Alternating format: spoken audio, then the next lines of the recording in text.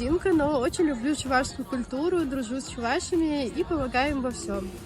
Я также являюсь хореографом, и поэтому в Адалане очень часто ставлю постановки на всякие конкурсы. Люблю организовывать мероприятия и очень легко и радостно это делаю.